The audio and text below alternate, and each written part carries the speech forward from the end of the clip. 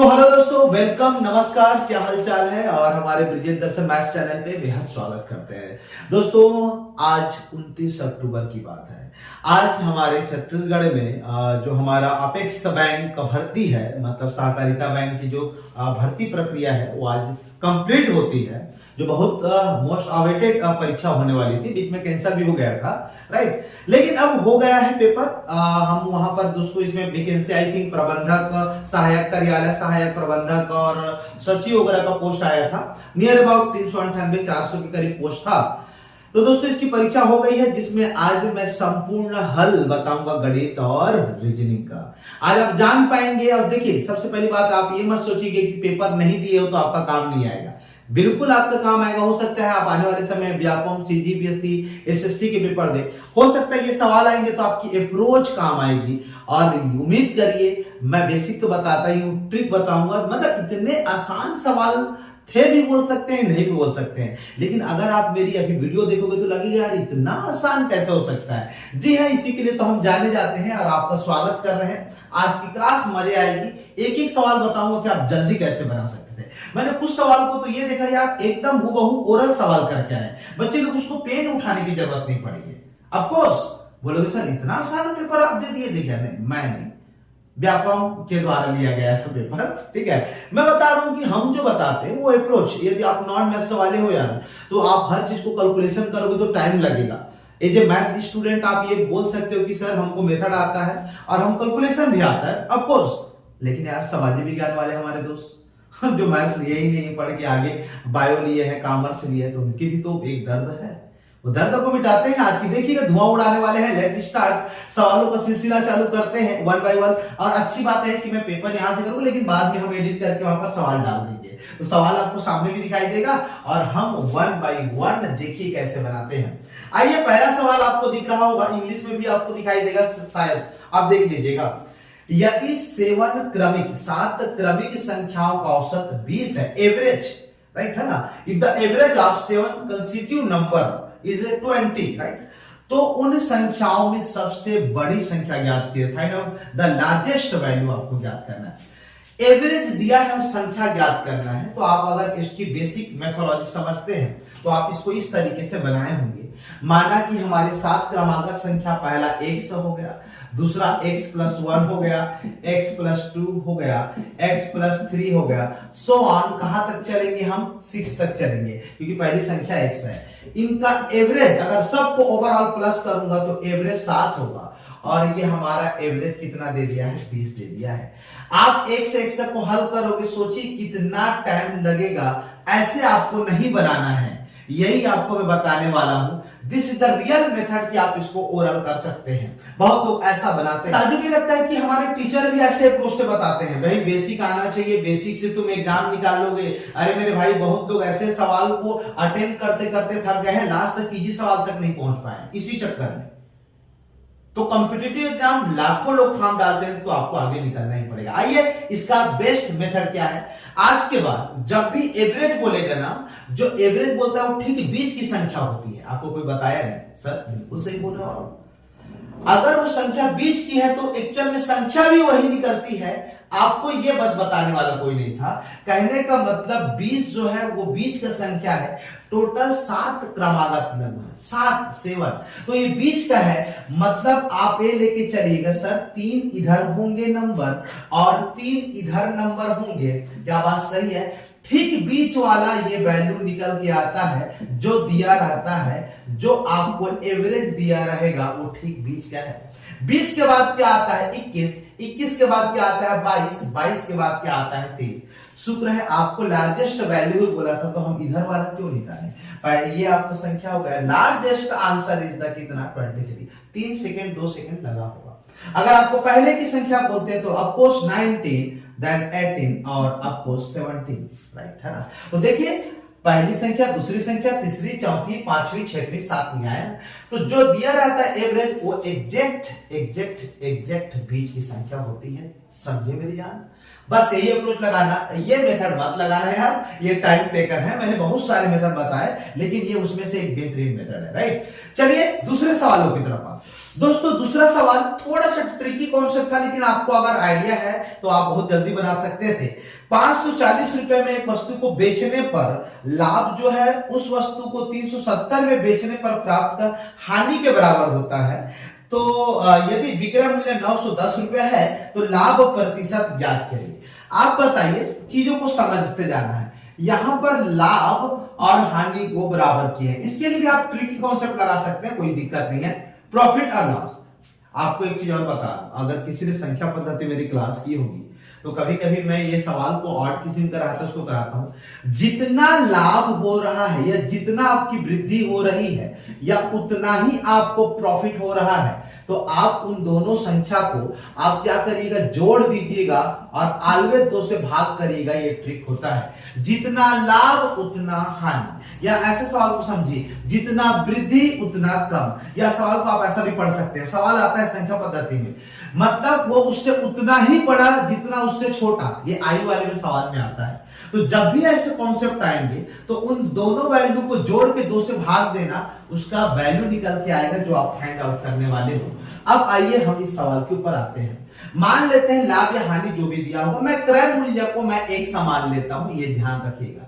540 में अगर आप लाभ कमाना है तो आपको इसको 100 को आप 100 ले लीजिएगा, कोई दिक्कत नहीं है, 100 ले लिए। हानि की बात करें तो इसी वैल्यू में आपको हानि करवाना है तो 370 ले लीजिएगा, राइट।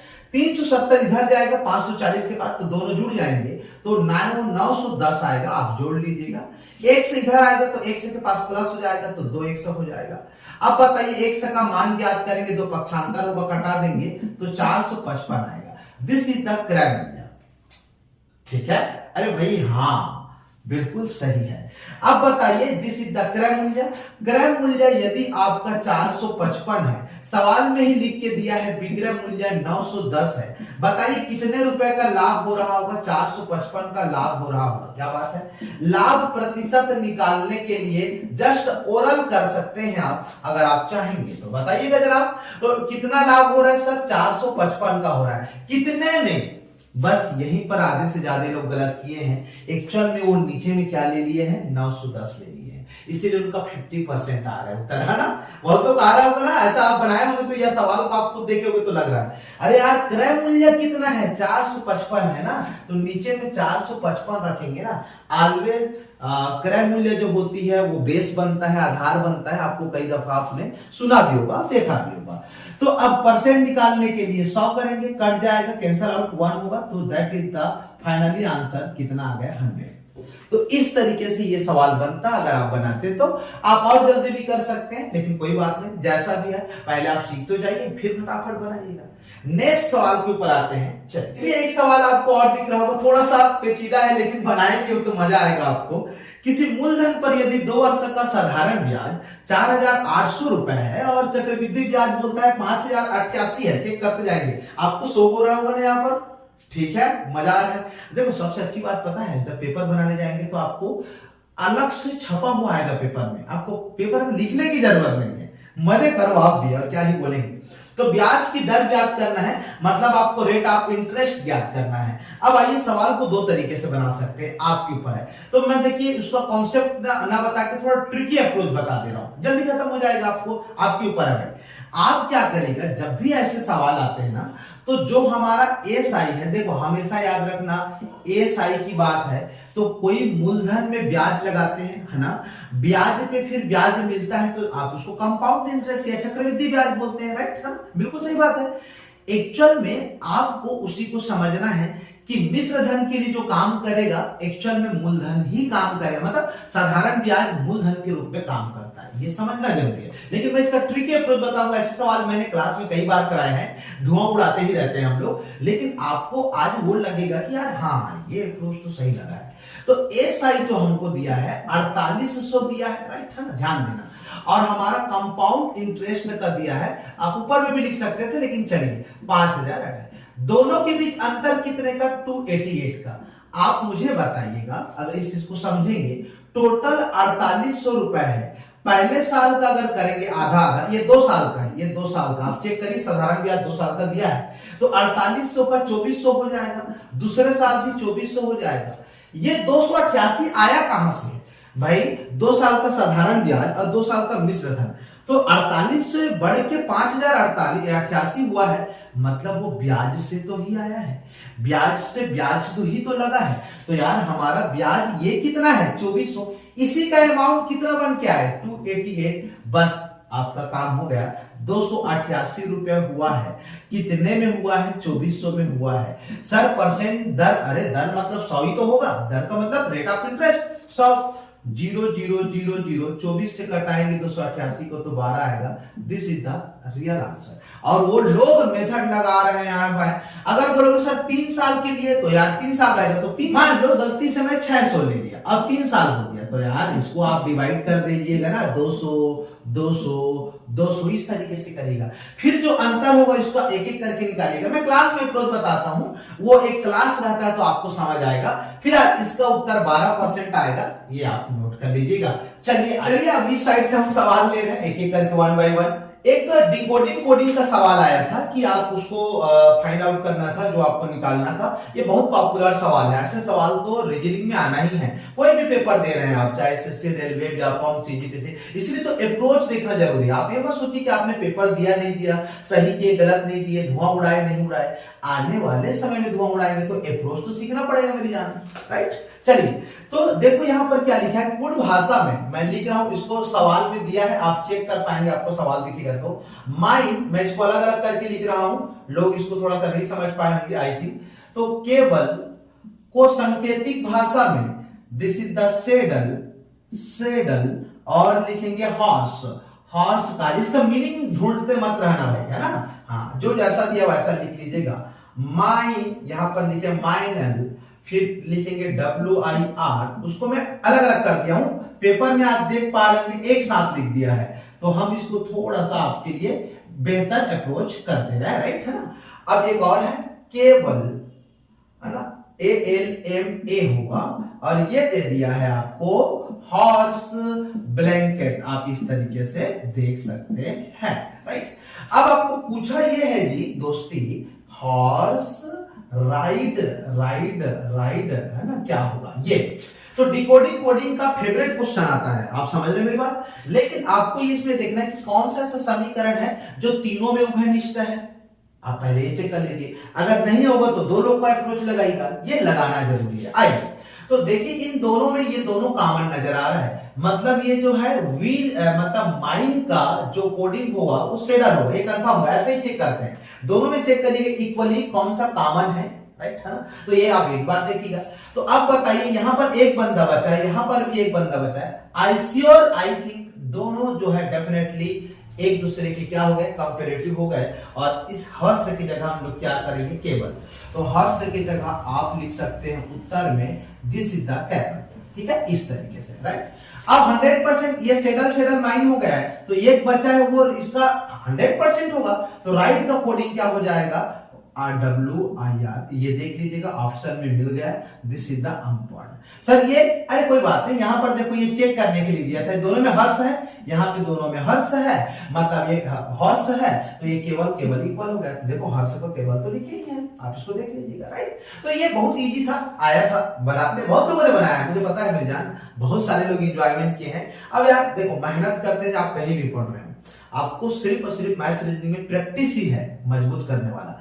कॉन्सेप्ट हमारा बता देना काम रहता है, लेकिन आप प्रैक्टिस नहीं करेंगे तो फालतू का मेहनत है हमारा भी और आपका भी। इसलिए जस्ट कंटिन्यू 2-3 घंटा रिवाइज करिए चीजों को लेके, तब आप बेहतर कर पाएंगे। मैं आज भी ऐसे दोस्त लोग को जानता हूं जो हमारे डियर स्टूडेंट हैं, पहले हमसे पढ़े, अच्छी बात है, फिर प्रैक्टिस नहीं किए तो आज खत्म, आज उनसे सवाल नहीं बनता है, क्योंकि यार वो तो पढ़े हैं ना, रिवाइज थोड़ी ना कर पाए, प्रैक्टिस थोड़ी ना कर पाए, तो कहां से सवाल बनेगा। लोग आधे घंटे तक एक एक सवाल को बना रहे हैं। अप्रोच भी देखना है, गणित और रीजनिंग ऐसा ही है जो अगर आप प्रतियोगी छात्र हैं, डेली यदि गणित रीजनिंग नहीं बना रहे तो आप बाहर हो, मैं लिख के दे सकता हूं आपको। बहुत जरूरी है कैलकुलेशन स्पीड पे आना, ताकि दिमाग में नंबर गूंजे आपका, आप देखते ही सवाल को समझ पाए कि किसका वर्ग है, किसका क्यूब है, घन है, किससे मल्टीप्लाई करेंगे तो ये नंबर आता है। ये सब बार बार रिपीटेशन होते हैं, वो बोलते हैं ना करत करत अभ्यास के जड़मति वो सुजान, तो दैट इज द एग्जैक्टली मुहावरा आपके सामने रखा गया है। कितनी सुंदर चीज है बताओ। तो वही है, करिए मेहनत करिए, हम तो साथ में ही है। नए नए अप्रोच के लिए आप बिल्कुल हमारे चैनल पे आइए, और लोगों को ना डराने का काम जो कर रहे हैं ना हमारे बिलासपुर कोचिंग वाले, बिल्कुल यार रहम करो। यदि मैथ्स वाले नहीं है तो भी आराम से पढ़ाया जा सकता है।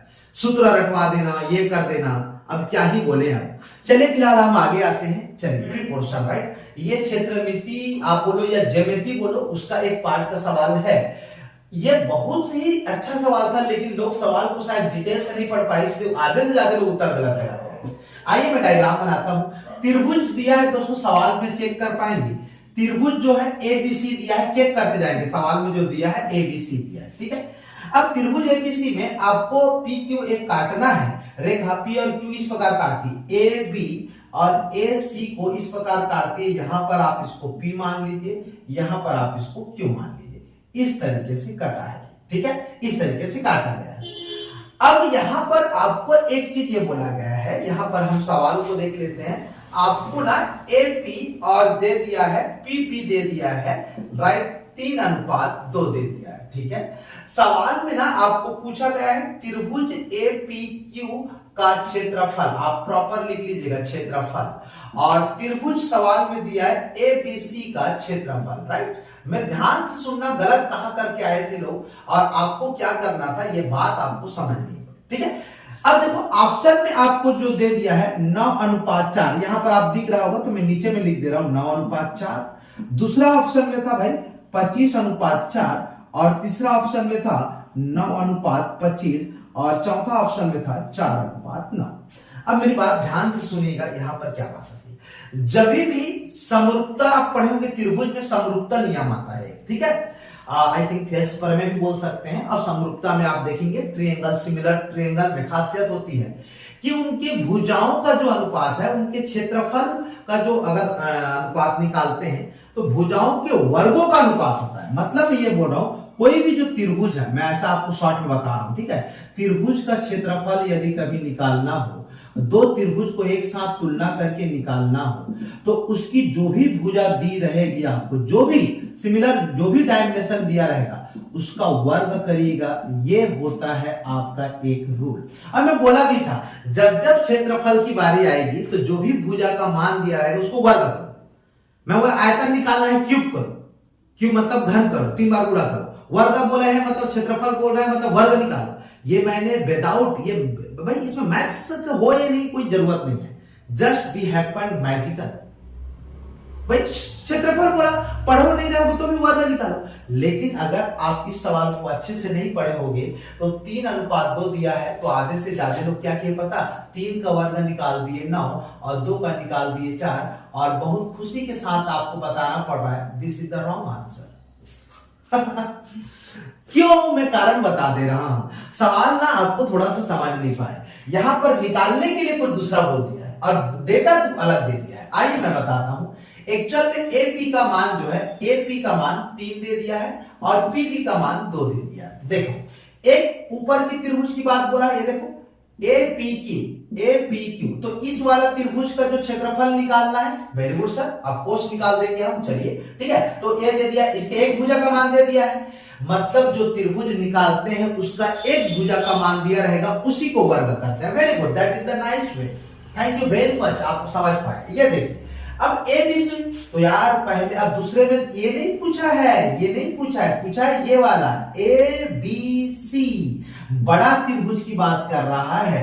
तो ये छोटा वाला त्रिभुज का भुजा कितना दिया है, 3 दिया है। लेकिन अब बताओ एबीसी बड़ा भुजा, तो सर ये 3 और 2 कंप्लीटली कितना होगा, 5, तो इसका वर्ग निकालेंगे और नीचे में 5 का होगा। 3 तिया 9 और 5 पछे 25। जी हाँ, आपकी आंसर 3 नंबर हो जाएगी। ये हमेशा याद रखना, जल्दीबाजी में आपने गलत किया होगा, मुझे पता है, जो हमारे पुराने स्टूडेंट भी है जो पढ़े हमसे, आप सिंपल है, मैं आपको बोला था तो 3 दिया 9 और 2 ने 4 करते, लेकिन ये डेटा दिया है वो अलग है। तो ये बड़ी भुजा पूछा है, तो 3 और 2, तो पहले बड़ी भुजा का मान तो निकाल लीजिए जनाब। चलिए, मुबारक हो जिन्होंने सही बनाया होगा। आप अप्रोच समझ आएगा ना यार, मक्खन की तरह बनाओगे, ये वादा है मेरा, ठीक है। चलिए हम दूसरे सवाल। अब सवाल क्या बोला है, कौन सी धनराशि साधारण ब्याज से 5 वर्षों में 520 और 7 वर्षों में 568 68 रुपीस हो जाती है। इसमें एक्चुअल में ना ये सवाल मैंने कई बार क्लास में कराया, उन लोगों को कितना मजा आया वो जो लगातार ऐसे सवाल को करते आ रहे हैं। मैं बोला ना व्यापम सीजीपीएससी जैसे के लिए दिक्कत नहीं है यार, आप मेहनत करोगे तो बनेगा, आप ना डर से भाग जाते हो, बहुत इजी होता है ये। आइए खैर बनाते हैं। देखो 7 वर्षों में दिया है, देखते हैं ना, 7 वर्षों में 568 रुपए मिश्र धन है और 5 ईयर में जो दिया है 7 साल का है ना ये, सॉरी ध्यान दीजिएगा, 520 रुपया दिया है। अब मुझे बताइए दोनों के बीच ब्याज का अंतर होगा, 7 में 5 घटाएंगे तो 2 साल का ब्याज, ये घटाएंगे तो कितना हो जाएगा, 48 हो जाएगा। 2 साल का सिंपल इंटरेस्ट जो ब्याज है, साधारण ब्याज लिखा है सवाल में, ध्यान से भाई गलत कतई नहीं कर देना, ठीक है, आधा पेपड़ा आधा आतड़ी इधर उधर हो जाएगा, सवाल को पढ़ लीजिएगा। तो 1 साल का इंटरेस्ट जो आएगा, आप बोलोगे सर 48/2 हो जाएगा, मतलब सीधा 24 हो जाएगा, क्या बात सही है।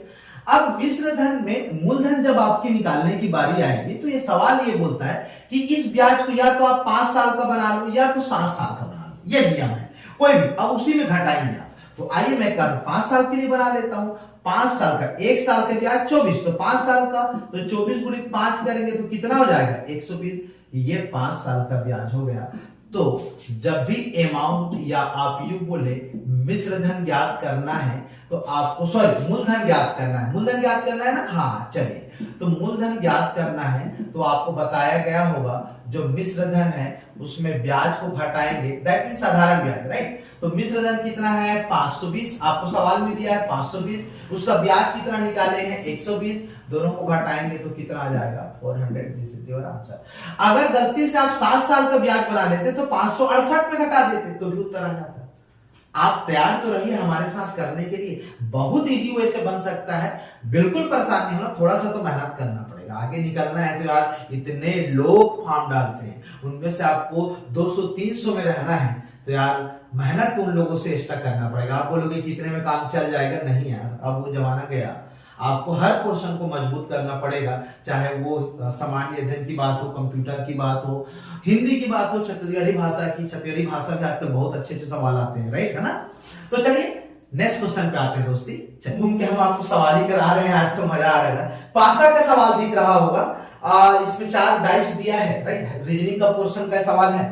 इसमें ए के फेस के अपोजिट फेस पे क्या है, मतलब आपको ए के विपरीत फलक पे बताना है कौन सी होगा। देखिए जब भी ऐसे पासा मिलते हैं तो आप कोई भी 2 पासे को चुनिएगा, जो भी 2 आपको ठीक लगता है, वहां से एक पासे के साथ तुलना करने के बाद आपको उत्तर मिल जाएगा। तो वो 2-3 मेथड है, एक तो एक अंक जो है वो कॉमन होता है, एक तरीका ये होता है, जैसे मैं अभी इसको लिख रहा हूं, देखिए आपको 4 पासा मिल रहा है, 4 पासे में मैं आपको ये बता रहा हूं, मैं 2 पासे को लूंगा, मैं दूसरा और तीसरा पासे को ले रहा हूं, ध्यान से आपको दिख रहा होगा। तो ये ए हो गया, ये हो जाएगा सी और ये हो गया ई, जस्ट सिमिलरली द डी है, ये सी है और ये ई है। मुझे और पासे की जरूरत नहीं पड़ी, यदि आप इसमें आप लॉजिक नहीं लगा पाएंगे तो आप दूसरा और लास्ट वाले को पासे को भी लेके बना सकते हैं, जहां पर एक कॉमन है, और जब एक कॉमन होता है तो क्लॉकवाइज घुमा के आपको बनाना पड़ता है, तो आपको कर लीजिएगा, मैंने और इसमें वीडियो भी हमारे काफी सारे हैं यूट्यूब पे, आप देख लीजिएगा, राइट। अब यहां पर संयोग के साथ है कि 2 कॉमन नंबर है, आप चेक कर पा रहे हैं 2 कॉमन नंबर है, तो अफकोर्स 100% जो रिमेनिंग जो और आपको जो अल्फाबेट दिख रहा है 100% वो विपरीत में होंगे, तो ए के विपरीत में कौन सा उत्तर आ जाएगा, डी। बहरहाल आप दूसरे पासे को भी लेके बना सकते हैं, जो आपको अलग अलग और दिख रहे हैं, तो कोई भी 2 पासे को लेके बनाइएगा, हो सकता है आपको क्रम से जमा के भी मिल जाए, लेकिन मुझे तो यही दिख गया तो मैं इसी से बना दिया, बात समझ रहे मेरी बात। तो ये मेथड सीखना भी जरूरी है। चलिए बहुत जल्दी जल्दी आपको सवाल करा रहा हूँ, लेकिन आप आराम से वीडियो देखिए और शेयर भी करिएगा। मैं बोला ना बिलासपुर में यार आपको इतनी अच्छे से एजुकेशन मिलने वाली है, आगे चल के अब मिल रही है, आप सोच नहीं सकते। वो तो इतनी बड़ी बड़ी फीस दे के अभी तक नहीं समझ आता, उन लोग 2-2 बार और अलग से क्लास कर रहे हैं। तो बी केयरफुली, आप समझाइए अपने दोस्तों को जो क्लास कर रहे हैं, और सही जगह आइए। कम फीस तो अलग बात है, लेकिन मेन है समय इंपॉर्टेंट। हो सकता है आप वहां पर समय दे रहे हैं, पैसा दे रहे हैं, उसके बावजूद भी आपको फिर पढ़ना पड़ रहा है, समझ नहीं आ रहा है, और गणित से डरा दिया गया है तुमको। आधे आधे लोग इसीलिए पैसा कमा रहे हैं क्योंकि गणित से आपको डरा दिया गया, बोले कि नहीं यार गणित में आपको ऐसा है, वो है, ये है, फलाना है, इतना इजी तो है यार, ठीक है, चलिए नेक्स्ट सवाल के ऊपर सवाल है। पिता और पुत्र की आयु का अनुपात 7:2 है। एक हम लोग बना लेते हैं, पिताजी और एक तरफ पुत्र, दोनों की आयु का अनुपात 7 कितना दिया है 2। अगर मैं ज्यादा कुछ नहीं बोलूंगा तो आप इसको मान के चल सकते हैं, और मैं वैसे ही कर दे रहा हूं आपके लिए। पिताजी का उम्र को हम मान लेते हैं 7x, और पुत्र जी भी बोल सकते हैं, है ना। चलो 2x है। सवाल में क्या बोला है, 5 वर्ष पहले इनकी उम्र का गुणनफल 150 था। अब बात यहां पर आ गई है, इनकी गुणनफल कितना था, 150 था। आप मुझे बताइए, अगर 5 वर्ष पहले करें इस चीज को, समझते जाइएगा, 5 वर्ष पूर्व करते हैं तो इसकी जो एज है वो 100% 7x -5 हो जाएगा, और इस पुत्र की भाई साहब की कितनी हो जाएगी, 2x -5 हो जाएगा। बात समझ रहे हो, इनका गुणनफल जो है वो 150 है। अब आप x का मान निकालने के लिए तड़पेंगे, क्योंकि यहां पर आपको आटे की इक्वेशन और वैल्यू बेइंतहा मिलेगी, और बहुत सारे हमारे नए टीचर भी हैं, गलती से मैं बोला ना यार यही चीज है, उनको पता ही नहीं रहता कि अप्रोच क्या लगा है। तो मैं बोलता हूँ आप देख लो हमारा वीडियो, कोई बुरा थोड़ी, हम भी देखते हैं लोगों को वीडियो, हमको जो अच्छा लगता है एडॉप्ट करते हैं, आप भी देख लो हमारा वीडियो, सीखे तो, कम से कम पढ़ा रहे हो आप बिलासपुर में तो सीखो तो कुछ ना। क्या ही बोलेंगे, क्या ये टाइम टेकन नहीं है, अफकोर्स है। तो आप एक काम करिएगा, ऑप्शन से बनाना अलग बात होता है, लेकिन एक तो और तरीका है। अब आप इन पे ऐसा कोई वैल्यू रखो, आप सोचो कि 150 आना चाहिए, तो हम एक बार रख के देखते, इतना तो कॉमन सेंस आएगा यार, 150 है, 150 है, तो कुछ तो कॉमन सेंस लगा पाएंगे कि यार अगर इसको मैं 30 करता हूं और इसको मैं 5 करता हूं तो क्या 150 होगा? यस सर, ऑफ कोर्स होगा। लेकिन ये एज जो है 5 वर्ष पूर्व का है, तो 5 वर्ष बाद का ये 35 नहीं होगा, और ये क्या 10 नहीं होगा? हाँ सर, ये बिल्कुल तो जस्टिफाई कर रहा है। तो पिता का उम्र कितना हो जाएगा? 35 हो जाएगा। अब आप मुझे बताइए, अनुपात अपने आप में कभी चेंज नहीं होता है, वैल्यू भले ही बदलते रहेंगे, लेकिन कैन नेवर चेंज की रेशियो कहीं से चेंज हो जाएगा। अगर इनका पिता का रेशियो 7 के अंतर्गत आ रहा है, पुत्र का 2 के अंतर्गत आ रहा है, तो इसमें पिता का उम्र निकालना है, तो वो नंबर बताइए जो 7 से कट जाए, वो नंबर बताइए। तो बोलोगे सर 30 तो 7 से कटेगा नहीं, 45 भी नहीं कटेगा, 40 भी नहीं कटेगा, तो एक ही तो दिख रहा है, 35 हो गया ना। मजेदार चीज। बोलोगे सर इतने मक्खन की तरह बताते हो, इतना मतलब मुंह में चाशनी लेके चलते हो क्या? मैं बोला हो यार, बस आप प्रशंसा करिए, आप मोहब्बत बना के रखिए हमारे साथ, आप हमको शेयर करिए, हमारे वीडियो को लाइक कर, कमेंट तो करना ही है। मैं तो हमेशा बोलता हूं आप करिए, चीजों को अप्रिशिएट करिए, आपकी व्यक्तित्व इसी से निकालो भाई। जो चीज जेन्युइन अच्छा लगता है तो यार कमेंट करने में क्या बुरा है? आपको समझ रहे मेरी बात? आपके लिए तो मेहनत कर रहे हैं ना, हम भी तो मेहनत कर रहे हैं आपके लिए, तो वेस्ट नहीं होगा दोस्ती, समझिए मेरी बात।